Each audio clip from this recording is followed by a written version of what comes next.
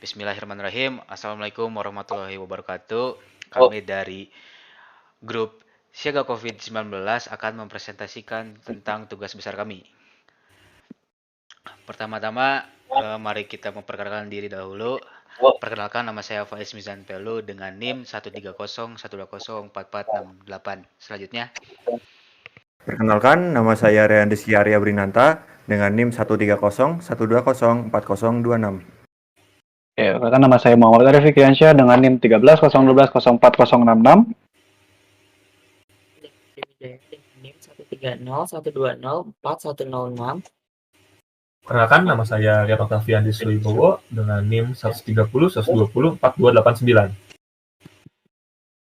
itulah perkenalan dari kami. Sekarang kita langsung ke bagian pertama, yaitu ide dan proses bisnis aplikasi. Pada aplikasi Siaga COVID-19 ini, kami telah buat fungsi utama di mana masyarakat dalam hal ini adalah user dapat melaporkan kasus COVID yang terjadi di daerahnya dengan menginputkan nik pelapor sampai dengan gejala yang dirasakan. Lalu server akan memilah laporan mana yang valid atau tidak berdasarkan nik yang sudah ada dalam database. Apabila valid, maka server akan merespon kepada klien. Next. Di fitur tambahan ini, user dapat melakukan cek apakah nik sudah terdaftar atau belum. Lalu, user dapat mendaftarkan nik jika belum terdaftar. Lalu, user dapat melihat rumah sakit yang tersedia. Selanjutnya, ada user yang dimana sebagai admin dapat melakukan update status laporan penjemputan pasien dari waiting menjadi done. Lalu, yang terakhir adalah admin juga dapat melihat pasien mana yang memiliki status penjemputan waiting yang dimana berfungsi untuk mempermudah melakukan update statusnya. Oke, lalu selanjutnya ada perancangan arsitektur sistem. Di sini kita menggunakan XML RPG yang dimana nanti terdapat seorang klien yang dapat mengirim pesan permintaan ke server untuk melakukan eksekusi prosedur atau fungsi tertentu dengan set parameter. Nah, server lalu kemudian memproses permintaan tersebut dan mengembalikan respon yang mungkin termasuk hasil atau pesan kesalahan. Nah, cara kerja dari XML RPC itu sendiri dengan cara memanggil prosedur jarak jauh yang dimana menggunakan XML juga, dan tentu saja sudah terkonek. Dalam kasus ini kami menggunakan ngrok untuk membuka jaringan. Lalu ada perancangan desain jaringan. Di sini kita menggunakan client server yang dimana client itu merupakan perangkat yang menerima serta menampilkan dan menjalankan software komputer atau aplikasinya. Lalu ada server yang dimana merupakan perangkat penyedia aplikasi serta bertindak sebagai pengelola, keamanan, serta data aplikasi. Nah, bagaimana klien dan server berinteraksi pada topik siaga COVID-19 ini? Jadi yang pertama, klien akan mengirimkan request dengan menginputkan NIK pelapor, nama terduga COVID, alamat terduga, serta gejala yang dirasakan. Lalu, server akan melakukan cek terhadap NIK apakah valid atau tidak, dan apabila valid, maka responnya akan valid dengan memberikan informasi waktu, nama, dan jumlah orang yang akan melakukan penjemputan. Dan apabila tidak valid, responnya adalah tidak valid dengan memberikan informasi bahwa NIK yang diinputkan adalah salah. Lalu ini adalah alur proses dari aplikasi, di mana klien akan melakukan pemilihan menu, dan di sini ada dua, yaitu user dan juga admin. Dan setelah itu akan melakukan validasi.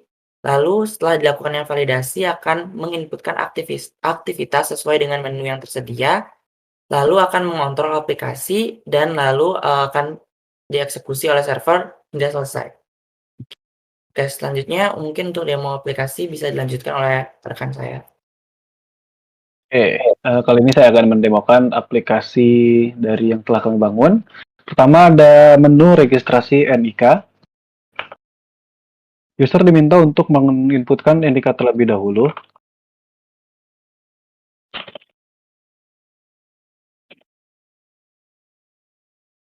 Dan jika sudah berhasil didaftarkan, maka akan muncul pop-up tulisan NIK berhasil didaftarkan. Kemudian, user diminta untuk memasukkan pilihan apakah ingin kembali ke menu utama atau langsung ke aplikasi. Mari kita kembali ke aplikasi. Selanjutnya, user akan menginputkan atau memasukkan laporan. Di sini, nick yang didaftarkan atau yang dimasukkan adalah nick yang sudah terdaftar pada proses sebelumnya.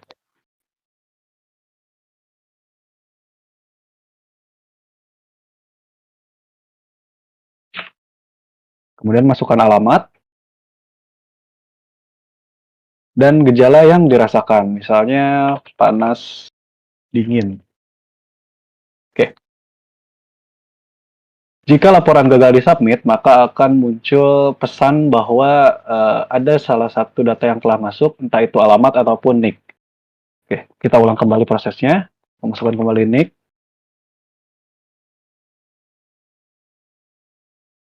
Masukkan alamat yang berbeda. Gejalanya sama. Nah, berhasil disubmit dan kemudian sistem akan menampilkan daftar rekomendasi rumah sakit yang tersedia. Oke, selanjutnya kita kembali lagi ke menu utama. Oke.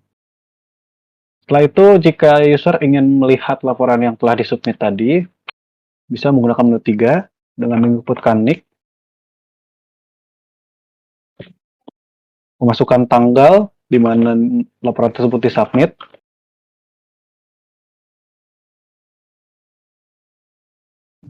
nah, maka aplikasi akan menampilkan laporan dari nick yang diinputkan tadi. Kali kita kembali ke menu utama. Oke, selanjutnya adalah memeriksa nick telah terdaftar atau belum. Mari kita periksa nick yang tadi.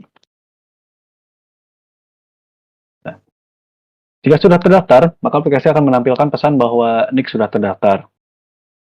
Dan jika belum, kita periksa lagi.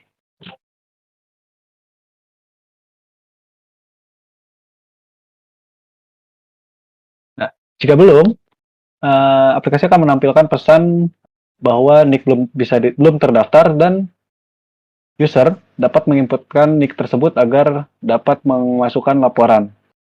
Oke, selanjutnya fitur terakhir yaitu menampilkan rumah sakit tersedia. Nah, setelah itu maka aplikasi akan menampilkan daftar 2 rumah sakit teratas. Oke, selanjutnya mungkin akan dilanjutkan oleh rekan saya. Oke, terima kasih Arya. Selanjutnya di sini saya akan mendemonstrasikan fitur-fitur yang hanya bisa diakses oleh admin. Yang pertama adalah ganti status laporan. Mari kita di sini mengganti apa yang sudah diinputkan oleh rekan saya, yaitu Arya. Di sini saya akan mengganti status. Username-nya di sini adalah user admin. Kita masukin admin dan passwordnya.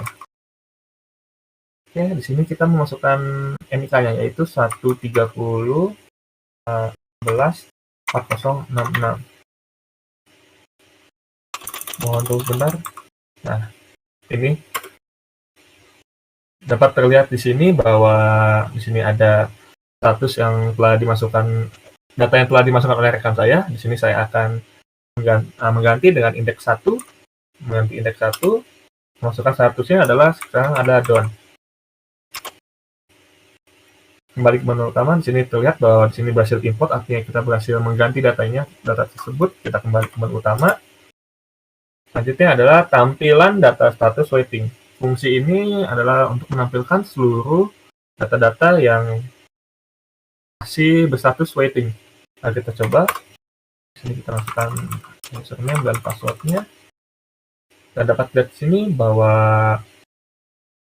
berikut ini bukan data-data yang masih berstatus waiting. Dapat dilihat bahwa status tadi yang diinputkan oleh rekan saya, yaitu Arya dengan NIM 130 110 4066 sudah tidak ada dalam list. Nah, selanjutnya akan dijelaskan oleh Mas Rizkyo untuk penjelasan bagian server. Oke, selanjutnya adalah sesi terakhir di mana sesi breakdown codingan. Untuk yang pertama pada klien, tentunya karena kita memakai arsitektur XML RPC server, kita harus mengimportnya dari library tersebut. Lalu di sini ada library lain seperti datetime, random, dan JSON. Untuk function pertama ada write NIK yang berguna untuk menambahkan NIK baru ke dalam NIK JSON yang dimana itu database kita. Dapat lihat di sini adalah NIK JSON. Nah, di sini adalah database yang menyimpan data-data NIK yang telah diregistrasikan. Lalu selanjutnya ada write riwayat. Write riwayat adalah untuk menambahkan data ke dalam riwayat JSON seperti yang telah didemokan tadi, karena jika seorang pelapor akan melaporkan gejala-gejala dan riwayat yang NIK yang dilaporkan. Dapat lihat di sini adalah riwayat-riwayat laporan yang telah dilaporkan. Oke, lalu selanjutnya adalah update riwayat. Update riwayat juga berguna untuk mengupdate beberapa status seperti yang telah didemokan sebelumnya. Status waiting diganti menjadi done. Lalu di bawah adalah beberapa function yang berguna untuk memenuhi codingan driver utamanya, seperti get data untuk mereturn self data riwayat kepada klien, lalu cek NIK untuk mengecek apakah NIK tersebut terdaftar atau tidak. Lalu ada cek riwayat untuk mengecek apakah sudah ada riwayat sebelumnya. Lalu daftar NIK untuk meregistrasi nomor NIK baru. Lalu masukkan laporan untuk memasukkan laporan baru. Lalu show RS untuk menampilkan rumah sakit terdekat. Lalu ada refresh untuk merefresh setiap update atau updatean baru dalam JSON-JSON yang tersangkut, yaitu NIK, riwayat, dan juga daftar RS. Lalu ada cek status, yaitu mengecek status NIK tersebut, apakah ada di riwayat tersebut atau tidak, dan ditampilkan kembali tentang NIK, gejala, dan lain-lain. Lalu ada export status dan import status. Dia berguna untuk membantu klien mengirimkan data kepada server. Lalu selanjutnya adalah singkat untuk codingan dalam klien. Di sini ada menu yang sudah didemokan tadi, seperti yang pertama ada register NIK, masukkan laporan, tampilkan laporan dari NIK, periksa NIK, tampilkan rumah sakit terdekat, ganti status laporan yang hanya bisa dilakukan oleh admin, dan juga tampilkan data status waiting yang juga ditampilkan oleh admin. Berikut kurang lebihnya. Seperti ini codingan yang ada pada driver klien. Oke, mungkin cukup itu saja presentasi dari kami. Jika ada kesalahan mohon dimaklumi.